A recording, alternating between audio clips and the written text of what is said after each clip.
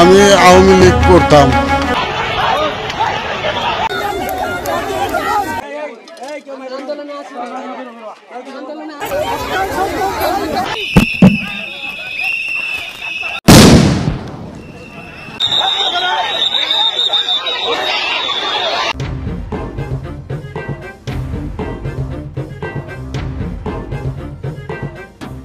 আসসালামু আলাইকুম। 15ই আগস্টকে ঘিরে বেশ কিছু অনাকাঙ্ক্ষিত ঘটনা ঘটেছিল দর্শক। সেগুলো নিয়ে গতকাল সত্যিই আমার মন খারাপ ছিল। আমি কিছু স্ট্যাটাস দিয়েছি, ভিডিও করেছি, নিশ্চয়ই আপনারা দেখেছেন। সেখানে বলেছিলাম যে আবেগকে নিয়ন্ত্রণ করে এখন বিবেক প্রয়োগ করতে হবে।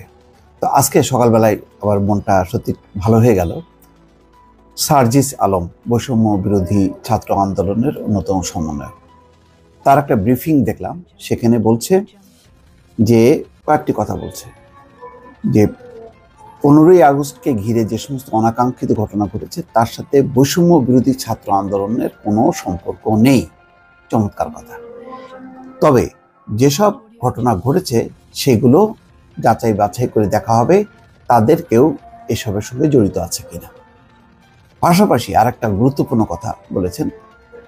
তিনি বলেছেন যে বঙ্গবন্ধু শেখ মুজিবুর রহমান এবং জিয়াউর রহমানকে অবশ্যই শ্রদ্ধা জানাতে হবে, কারোর শোক প্রকাশে বাধা দেওয়া যাবে না। দর্শক, এটাই চেয়েছিলাম। আরও একটা কথা বলেছে যে এখন আর রাস্তায় ট্রাফিক কন্ট্রোলের ছাত্রদের থাকার দরকার নেই, তাদেরকে ক্লাসে ফিরে যাওয়ার প্রস্তুতি নিতে হবে। তার মানে দর্শক বুঝতে পারছেন যে এই যে রাস্তায় ছাত্রদের যে চমৎকার একটা ট্রাফিক নিয়ন্ত্রণের মধ্য দিয়ে তাদের যে একটা দায়িত্বশীলতার পরিচয়, এর মাঝে কিন্তু বেশ কিছু অনাকাঙ্ক্ষিত তরুণরা, যুবকরা ঢুকে পড়েছে, যারা টোটাল একটা ভালো উদ্যোগকে নষ্ট করা শুরু করেছে। এবং সেটা হতে হতে 15ই আগস্টে তার একটা বহিঃপ্রকাশ ঘটে। কি ঘটেছিল 15ই আগস্টে? অনেক কিছু ঘটেছে। প্রথম কথা হলো যে 5ই আগস্ট বিজয় হয়েছে, তার আগের যেই রক্তাক্ত পরিস্থিতি, সেই রক্তের দাগ কিন্তু শুকায়নি, তার গন্ধও শুকায়নি। সেখানে লুঙ্গি ড্যান্স হবে 32 নম্বরের সামনে, এইটা খুবই অনাকাঙ্ক্ষিত, এটা মানা যায় না।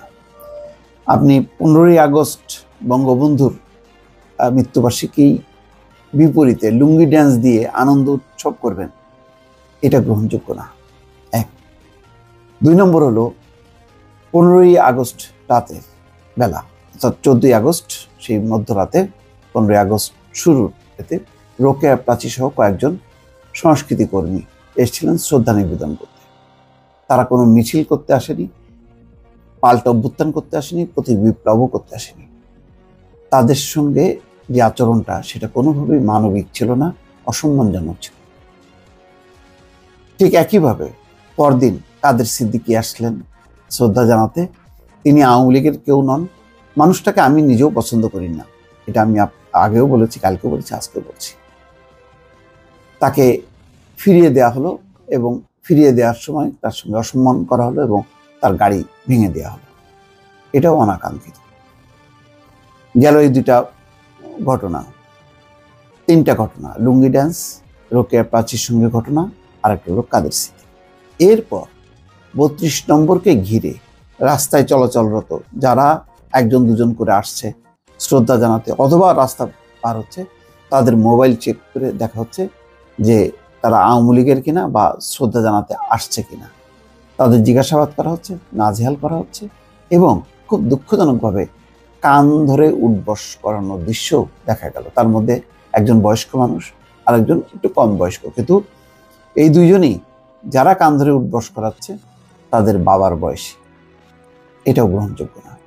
আপনি এটার সাথে আমি দেখলাম যে অনেকে অতীতের ঘটনা, 2013 সালের ঘটনা মেলাচ্ছে, যে হেফাজতের এদেরকে অতীতের পুরনো খারাপ ঘটনার সাথে, অভিজ্ঞতার সাথে এখনকার এটা মিলা, এটা জাস্টিফাইড করা আমি পক্ষপাতী না। আরেকজন মাখন, নুরুল আলম মাখন নাকি এরকম বয়স্ক লোক, তাকে রিকশার উপরে তার দিগম্বর দেখা গেল।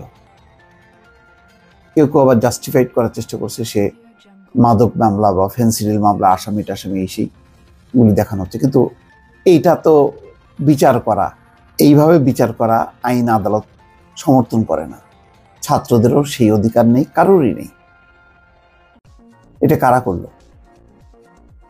এই রকমের অসম্মানের যে এগুলো দৃশ্যগুলো, এটা আমাদের কি ভালো সোসাইটি গড়ার ক্ষেত্রে কোনো সাপোর্ট করে?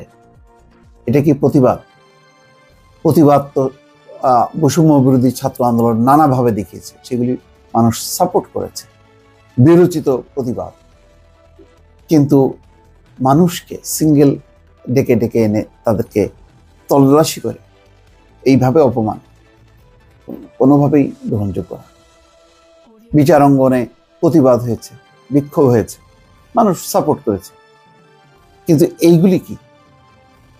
এই জন্য বলছিলাম যে এই সমস্ত ঘটনা গতকালকে একটা একটা যখন নাকি সোশ্যাল মিডিয়াতে আসছিল, মনটা খুবই ভেঙে গেল। না, এটার সাথে এতদিন যেই বৈষম্য বিরোধী ছাত্র আন্দোলনের যেমন চেহারা, আন্দোলনের চেহারা তার সাথে মেলে না।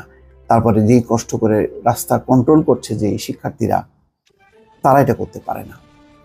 এবং দেখলামও তাই, আসলে যারা এই রিক্সা আটক করে তল্লাশি করে, এদের সাথে কেন জানি ওই স্টুডেন্টদের বৈষম্য বিরোধী ছাত্র আন্দোলনের যে মুখগুলো দেখলাম, তাদের চমৎকার চমৎকার বক্তব্য যে পেছনে পুলিশ, সামনে স্বাধীনতা, এই যে বলছে।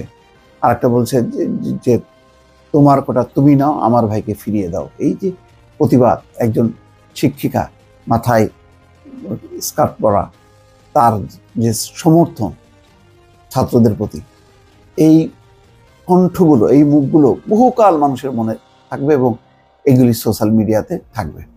কিন্তু আবার পাশাপাশি যখন কি এই দৃশ্যগুলো থাকবে, এইটা মেলানো যাবে না।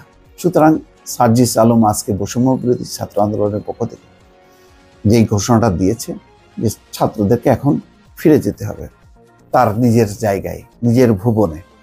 আবার যখন ডাক আসবে তখন আবার তারা ফিরে আসবে এবং সবসময় তারা থাকবে, কিন্তু খুব পরিকল্পিতভাবে কোন কোন জায়গায় মানুষের সাফারিংস, কোথায় কোথায় মানুষ অসহায়, সেই জায়গাগুলোতে সাপোর্ট দিতে হবে, কিন্তু এইভাবে বিশৃঙ্খলভাবে না।